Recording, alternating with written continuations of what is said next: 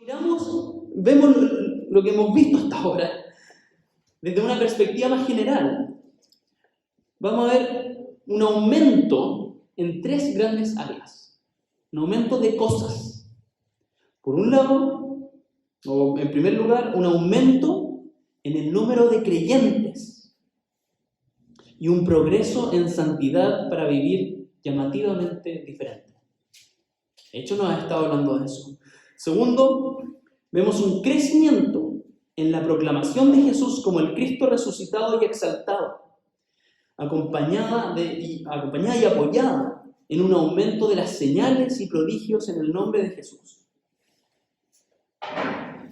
Y junto con lo anterior, vemos también un aumento y un endurecimiento en la oposición por parte de los gobernantes y líderes religiosos. Ese aumento de cosas,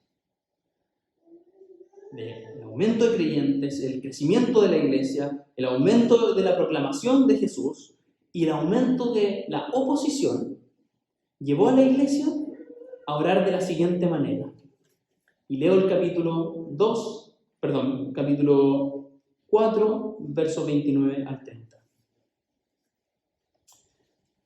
¿Se acuerdan que predicamos de esto? Capítulo 4, versos 29 al 30. Dice: ahora, Señor, toma en cuenta sus amenazas y conceda a tus siervos el proclamar tu palabra, sin temor alguno. Por eso, extiende tu mano para sanar y hacer señales y prodigios mediante el nombre de tu santo siervo Jesús. Esa fue la oración de la iglesia hace un capítulo atrás. ¿Cómo respondió Dios a esa oración? Lo vamos a ver ahora en la sección que será leída. En Hechos 5, versos 12 al 42. Pongan mucha atención, porque vamos a estar viendo esta sección y yendo de aquí para allá en ella durante el sermón. Así que traten de captar muy bien las grandes escenas de lo que será leído. Hechos 5, del 12 al 42.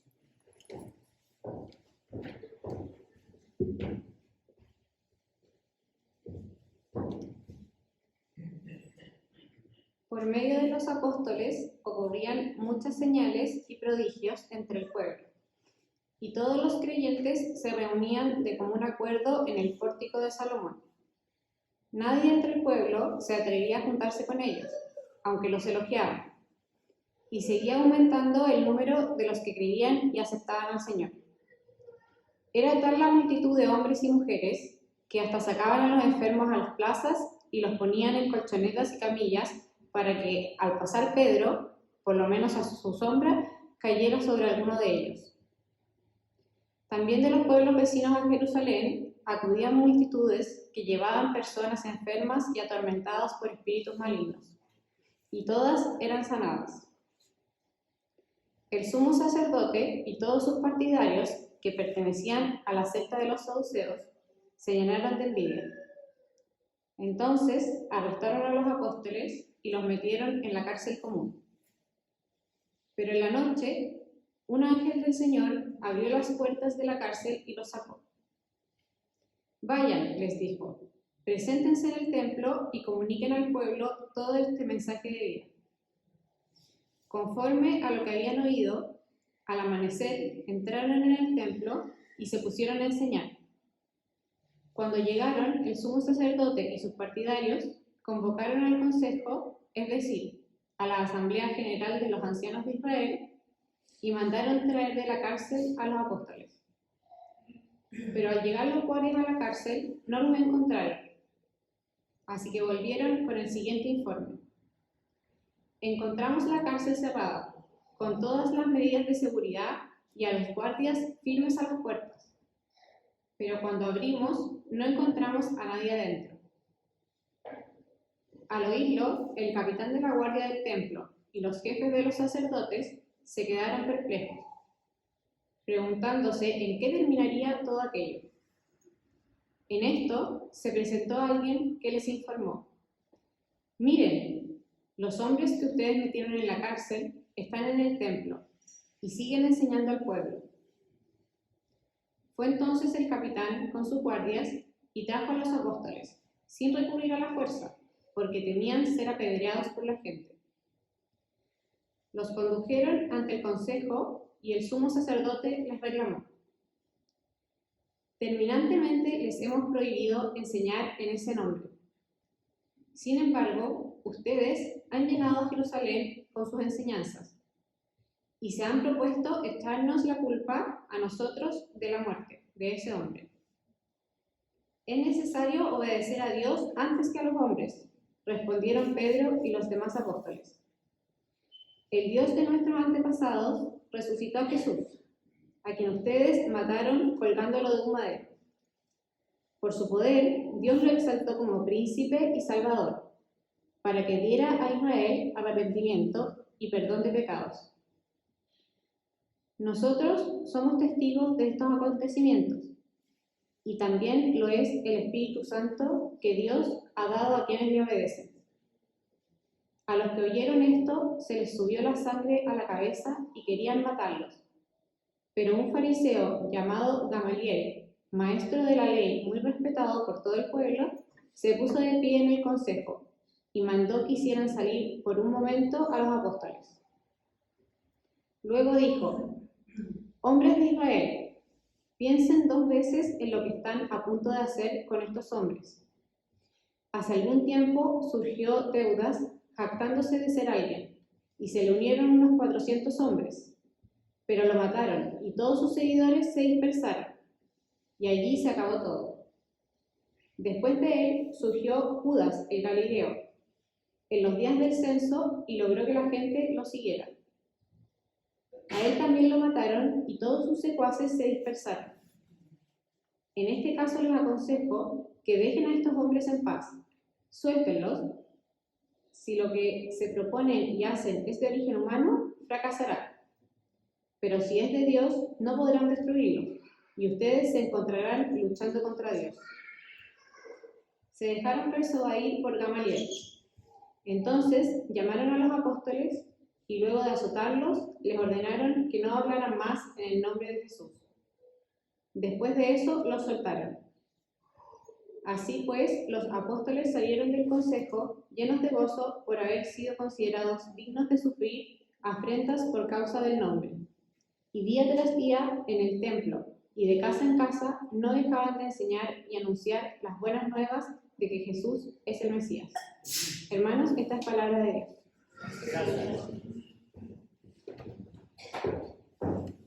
Demasiadas cosas llamativas en esta sección. No vamos a poder atender a todas esas cosas que quizás le llamaron la atención, ¿ok? Oremos. Gracias, Señor, por tu palabra. Gracias por la vida de los apóstoles.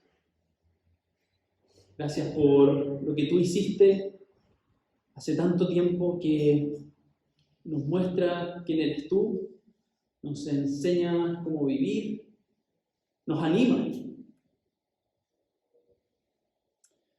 Te pido esta mañana que nos ayudes a sacarle el jugo a este pasaje. Ayúdanos a poner atención. Llévame a mí a ser fiel a tu palabra. Y muéstranos esta mañana cómo nosotros podemos predicar valientemente en medio de un mundo que se opone a ti. Muéstranos, Señor. Amén. Acabamos de escuchar o leer 4 grandes escenas.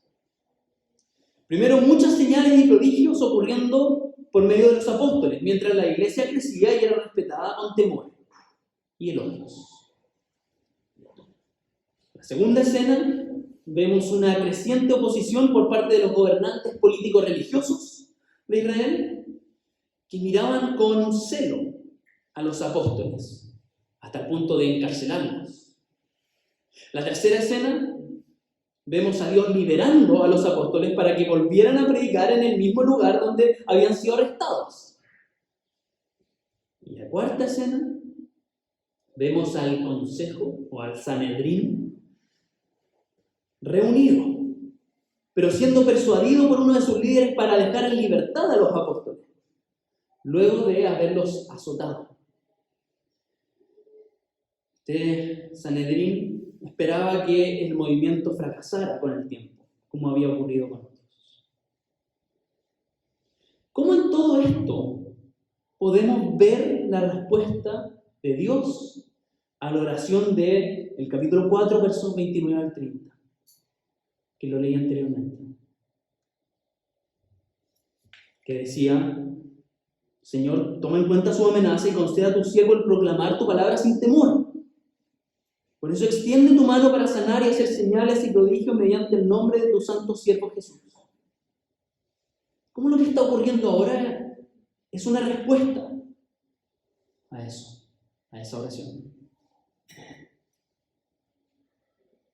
Ya desde el capítulo 4, los apóstoles y los creyentes estaban experimentando una creciente oposición y hostilidad por parte de los líderes religiosos, que tenían un celo de lo que estaban haciendo. Creo que Lucas usa esa palabra celo en el verso 17 y que la NBI pone como envidia.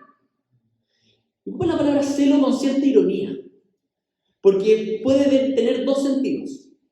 Uno positivo, en que ellos probablemente estaban convencidos de estar haciendo un bien al cuidar y restringir cualquier nuevo movimiento que pudiese deteriorar o profanar la adoración a Dios. Nosotros somos los cuidadores, celosos de la buena enseñanza. Pero quizás tiene un aspecto negativo, donde Lucas creo que se encarga de mostrarnos con el resto del texto que lo que realmente sentían era envidia. Por eso la NBI pone y lo traduce como envidia. Porque el resto del texto muestra que lo que realmente estaba en sus corazones no era un celo por Dios, sino un celo por su propia reputación. La reputación de ellos. Ellos eran saduceos, miembros de una secta o de como un partido político, pero que era sectario, que tenía una labor político-religiosa para gobernar a la nación y dirigir las actividades religiosas y del templo. Y a ellos no les molestaba precisamente que los apóstoles hicieran grandes cosas o anduvieran sanando personas y reunieran más seguidores para ese Jesús que supuestamente había resucitado. No era su principal molestia. Lo que más les molestaba era que su poder, el poder de ellos y sus enseñanzas controladoras estaban siendo desestabilizadas. Estaban perdiendo poder con todo esto. Y más aún cuando la enseñanza de los apóstoles iba en contra de algunas de sus creencias distintivas. Y los exponían como los responsables de la muerte de Jesús y los pintaban como opositores a Dios. Por eso arrestaron ya no solo a Pedro y a Juan, como veíamos anteriormente, en los capítulos anteriores, sino que ahora arrestan a todos los apóstoles, verso 18, y los ponen en una cárcel junto a otros criminales. Convocaron a todo el Sanedrín, es decir, a la gran asamblea de 70 ancianos, dirigentes religiosos de todo Israel. Los convocaron para enjuiciar a estos hombres. Imagínense la media convención que tenían. ¿Para qué? Para atacar a estos hombres. Mientras se reunían, de manera paralela, o en la noche, los apóstoles fueron liberados por un ángel. Así que tuvieron que volver a arrestarlos. Aunque ahora lo hicieron con un poco de cuidado, por temor a la gente, a esa gente que tenía una buena opinión de los apóstoles. los volvieron a confrontar porque no habían obedecido a sus advertencias anteriores de no seguir enseñando ese nombre. Y porque estaban echándole la culpa de la muerte de ese hombre. Ni siquiera se atrevían a nombrarlo.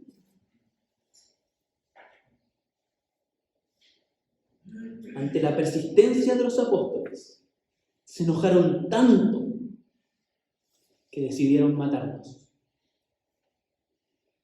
No lo hicieron solo porque Gamaliel intervino. Pero de todas maneras, los azotaron. ¿Cuántas veces? El texto no nos dice, pero lo más probable es que hayan sido unas 39 veces.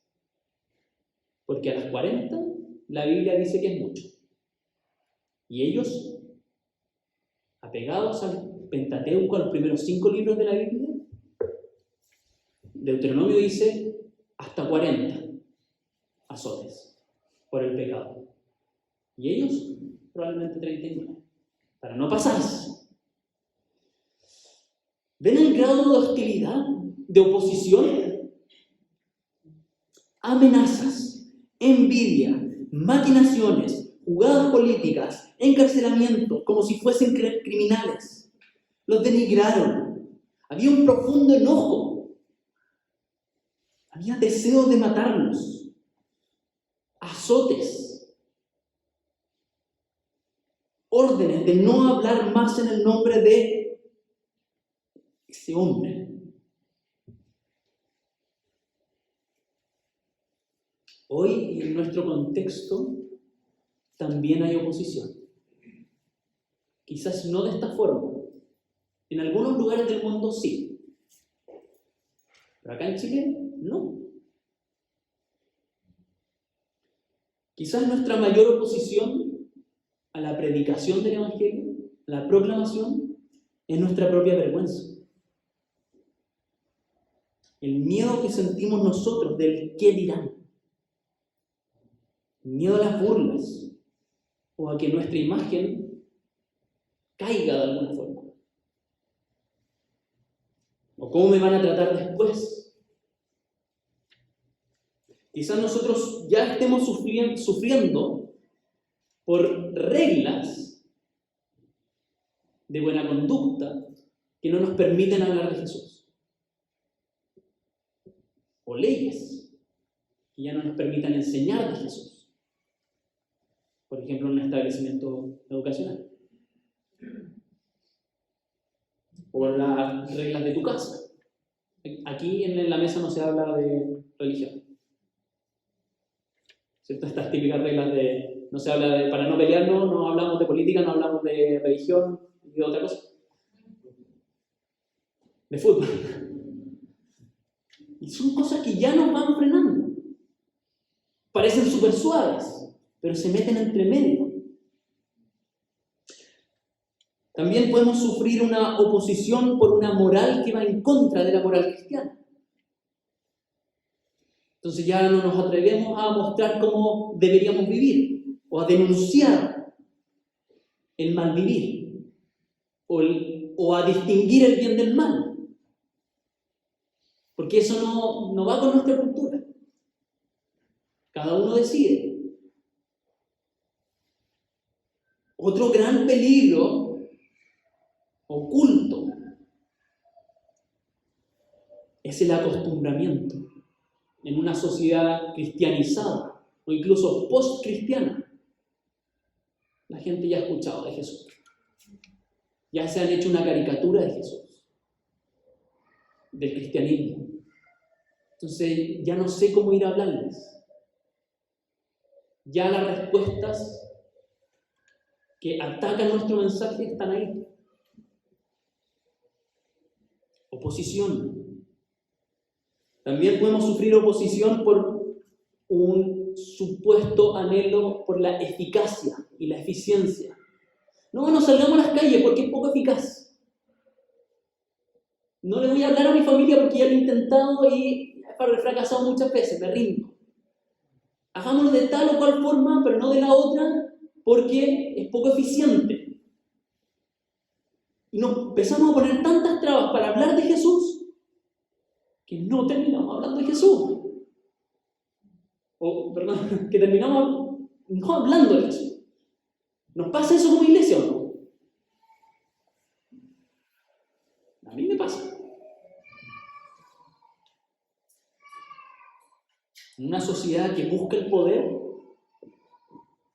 y mantener el poder, hay oposición al mensaje que pone a alguien por sobre cualquier poder o autoridad, que desestabiliza los poderes de este mundo, que da vuelta el orden de este mundo.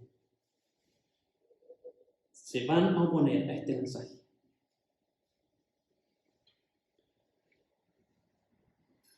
Los apóstoles enfrentaban una feroz hostilidad y oposición. Pero es en ese contexto en que predican valerosamente. Y ahí el título de este sermón. Y vamos a estar hablando todo el rato de esto. De una predicación valerosa o valiente. ¿Existe esa palabra valerosa? Según Word, sí.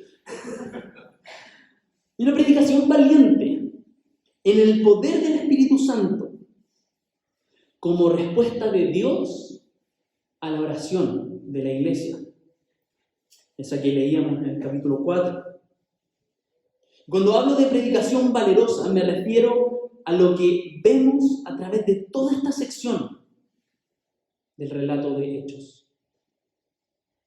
A esa predicación valerosa que, después de haber sido advertidos y amenazados, continúa reuniendo a más y más personas, hombres y mujeres, enseñando el mensaje de Jesús como el Cristo resucitado y exaltado. Persevera en eso. La predicación valerosa es la que continúa públicamente, acompañada de sanaciones y liberaciones. Si no hubiese sido valerosa, probablemente habían dejado los milagros de lado y lo habrían hecho a escondidas. Pero lo hacían público. Todo el mundo se daba cuenta de lo que estaba ocurriendo. Y el Señor apoyaba esta predicación con estos milagros. La predicación valerosa es esa que vuelve al mismo lugar donde fueron arrestados y se pone en las narices de quienes los amenazaron. Es esa que insiste en predicar la verdad que quiere ser callada, que insiste en el mensaje de la resurrección, en la denuncia del pecado, en el llamado al arrepentimiento, en el perdón de pecados para vida eterna. Insiste en estas cosas. Insiste en anunciar a Jesús como el Mesías y Salvador. No habla de otra cosa. Le da. No se cansa de ir en contra de quienes desobedecen a Dios. No se cansa de ir en contra de quienes desobedecen a Dios por ir, y lo hace por obediencia a Dios. La predicación valerosa es esa que enfrenta las amenazas de encarcelamiento y muerte con un mensaje de libertad y vida. Justamente lo opuesto. Es esa que recalca el poder del nombre de Jesucristo frente a quienes no son capaces ni siquiera de pronunciar su nombre. La predicación valerosa es esa que no es aplacada ni con los más crueles azotes, sino que se mantiene enseñando y anunciando las buenas nuevas con gran gozo.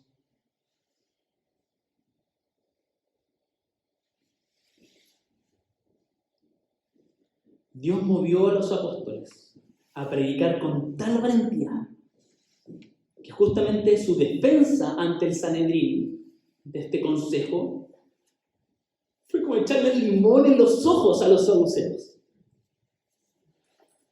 o meterle el dedo en la herida.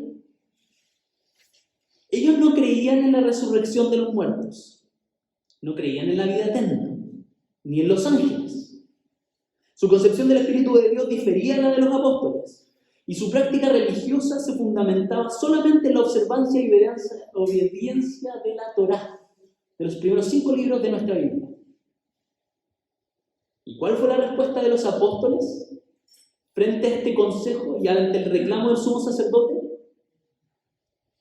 versos 29 al 32. Es necesario obedecer a Dios antes que a los hombres. El Dios de nuestros antepasados resucitó a Jesús, a quienes ustedes mataron colgándolo en un madero. Por su poder, Dios lo exaltó como príncipe y salvador para que diera a Israel arrepentimiento y perdón de pecados. Nosotros somos testigos de estos acontecimientos y también lo es el Espíritu Santo, que Dios ha dado a quienes le obedecen. Limón en los ojos, porque de alguna forma es como si te estuvieran diciendo, nosotros sí obedecemos, los apóstoles. Los patriarcas que ustedes estudian en la Torá son nuestros antepasados. Y ahí ya se empiezan a enojar los saduceos. Ustedes, según su propia ley, hicieron maldito al hombre que colgaron del madero. Fíjense que no dice al hombre que ustedes crucificaron. Ocupa las palabras de la Torá para hacerlo responsable con su propia medicina. ¿Querían que no dijeran más de eso? ¿De que ustedes colgaron en el madero a Jesús? Se los digo de nuevo. Y con sus propias palabras. ¿Ustedes no creen en la resurrección? Jesús resucitó. Se los vuelvo a decir. Quizás te le estoy poniendo un tono de enojo. No sé si ellos tenían ese tono. Son más misericordiosos que yo. Pero están ahí. Apretando el botón. Ustedes observan la ley para santidad y practican los ritos de purificación, expiación y propiciación, santificación. En Jesús, todo eso. Y el verdadero perdón de pecados. Y el Espíritu de Dios testifica estas cosas. Eso es una predicación valerosa. Diciendo lo que otros no quieren escuchar, pero diciendo la verdad. Y en medio de todo esto, Dios tiene como un cierto sentido del humor. Porque ¿cómo sacó a los apóstoles de la cárcel? Con un ángel. ¿Y los saduceos creían en los ángeles? Justo. Ahora nosotros debemos preguntarnos, ¿cómo se vería? Y no tengo toda la respuesta. Tarea de todos nosotros, el preguntarnos cómo se vería una predicación valerosa y astuta hoy en nuestro contexto. Y ocupo la palabra astuta porque creo que podemos caer en ser valientes, pero tontos. De sonar como un golpe en un... ¿Es cosa para cocinar? ¿Cómo se llama? Ollas. Golpe en una olla. No bonito, no agradable de escuchar. ¿Cómo se ve una predicación valerosa hoy en nuestro contexto? Creo que debería ser insistente. Y aquí estoy apretando el zapato a esta iglesia. Y a mí mismo. Insistente, perseverante, incansable. Diciendo lo que nadie quiere oír. De manera astuta. Pero diciendo la verdad. Denunciando el mal. Y llamando al arrepentimiento a una sociedad que nada quiere saber de eso. Hablando las verdades dolorosas. Como lo haría Jesús. Yendo donde nadie más va. Yo no me atrevo a ir a predicar a la cárcel. Tengo hermanos que sí lo hacen. No me atrevo a meterme en algunos lugares de esta ciudad.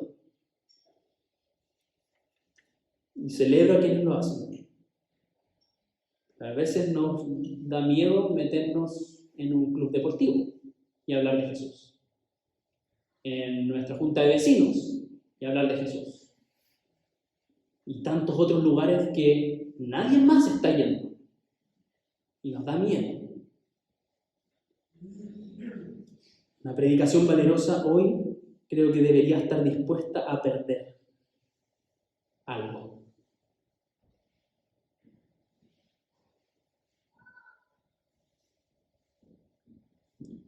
Los apóstoles, para poder proclamar la palabra de Dios sin temor alguno, lo primero que tenían que tener y ver es que Dios va delante de ellos, obrando y llevando a cabo la misión. Ellos tenían que ver que Dios era el principal misionero, la punta de lanza. Por eso Dios estaba realizando muchas señales y prodigios por medio de los apóstoles, como acompañamiento y soporte a su predicación, mostrando que Jesús seguía restaurando a la humanidad con sanaciones y liberaciones, tal como lo había hecho durante su ministerio, antes de su resurrección y ascensión. Y ahora lo estaba haciendo a través de ellos, de los apóstoles. Dios estaba formando a la iglesia, agregando nuevos creyentes. Los que agregaban creyentes no eran los apóstoles, era Dios, ¿cierto? Dios estaba llevando a la iglesia a la unidad y Dios estaba forjando una temible santidad en la iglesia y haciéndolos estimados por el pueblo. Dios los sacó de la cárcel por medio de un ángel que le abrió las puertas, sin que nadie se diera cuenta. Dios haciendo cosas. Dios les da instrucciones para que siguieran predicando el mensaje de vida. Dios derramó su espíritu en ellos para que continuaran predicando con poder y valentía ahí en la boca de los leones. Y luego continuaran testificando fielmente y defendiéndose con la verdad ante las acusaciones y amenazas del Sanedrín. Dios los empodera con su espíritu. Y Dios orquestó todo para que finalmente fuesen liberados por la sabia intervención de Gamaliel, para que continuaran enseñando y anunciando las buenas nuevas y que Jesús es el Mesías. Dios estaba haciendo todo y ellos lo veían. ¿Cómo voy a ser valiente? Mira lo que Dios está haciendo. Cómo Dios está a cargo de todo. Una y otra vez, de formas sorprendentes, Dios está obrando alrededor de ellos y en ellos para que continuaran predicando valerosamente acerca de la resurrección y de la exaltación de Cristo. De este mensaje de vida que llama al arrepentimiento para perdón de pecados. Esta predicación valerosa viene del Dios que está en misión.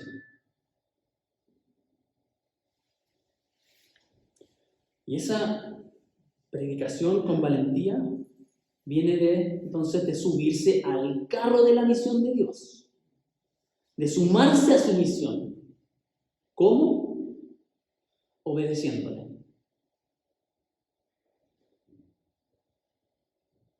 Jesús les prometió que serían sus testigos en todo el mundo una vez que recibieran el poder del Espíritu Santo. Y también Jesús les ordenó que fueran e hicieran discípulos bautizándolos. Y eso han estado haciendo como obediencia.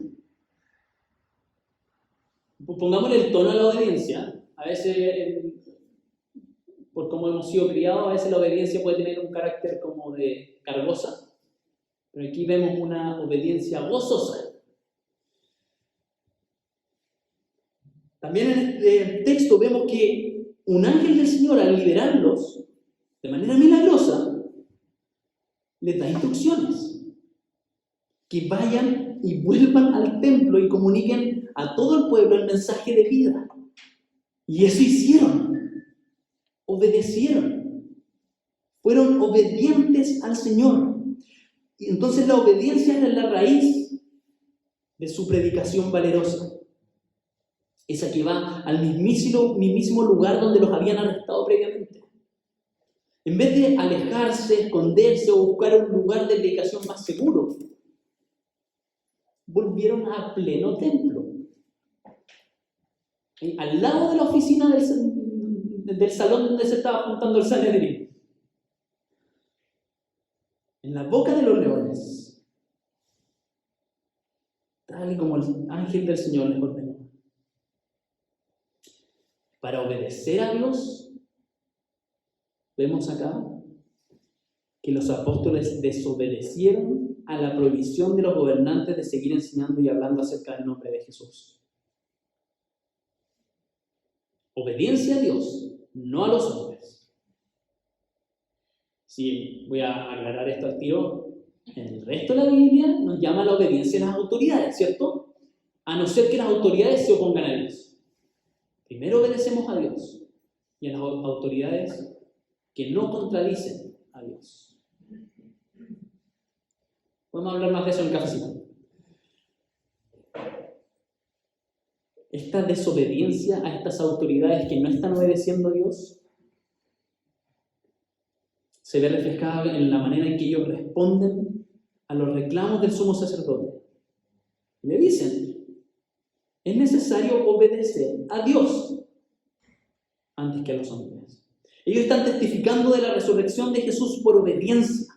Ellos fueron al templo por obediencia. Ellos se dejaron llevar ante el consejo pacíficamente por obediencia a Dios. Enfrentaron a estos 70 ancianos con valentía porque fueron obedientes a la promesa de que Jesús les daría las palabras para responder. Ellos sufrieron con gozo los azotes en obediencia al anuncio que Jesús les había hecho de que sufrirían como Él. Y a pesar de ese sufrimiento y las amenazas, continuaron obedeciendo, enseñando y anunciando el Evangelio en el templo y de casa en casa. Toda esta valentía en medio de tanta oposición está arraigada e impulsada por la obediencia al Dios que está en misión, a seguir sus pasos. Y esta obediencia hoy para nosotros es una obediencia a la palabra de Dios. Esa palabra que apunta a Cristo. No a un pasaje suelto, sino a un versículo. Voy a obedecer a un versículo que me apunta a Cristo. De esa manera vamos a interpretar la obediencia. Voy a interpretar para obediencia. Una obediencia al Evangelio. Estas buenas noticias que deben ser anunciadas. Obediencia al gran mandamiento de Jesús. ¿Cuál es? Escucha. Ama a Dios y ama a tu prójimo. Un mandamiento. Obediencia al mandato de predicar, de proclamar. Es un mandato. No es opcional. A veces lo vemos como opcional. O decimos, sí, algunos en esta iglesia están diseñados para predicar. Yo no. Pero un mandato para todo cristiano y nosotros debemos obedecer. ¿Y por qué podemos obedecer? ¿Cómo me voy a atrever a obedecer? Porque Dios está en misión. Y Él me da la valentía. En medio de la oposición, la predicación valerosa viene del Dios que está en misión y de la obediencia a Él. Por eso creo que nosotros podemos orar nuevamente las palabras del capítulo 4, versos 29 al 30. Ahora, Señor, toma en cuenta sus amenazas y conceda a tus siervos el proclamar tu palabra sin temor alguno. Por eso extiende tu mano para sanar y hacer señales y prodigios mediante el nombre de tu santo siervo Jesús. Amén.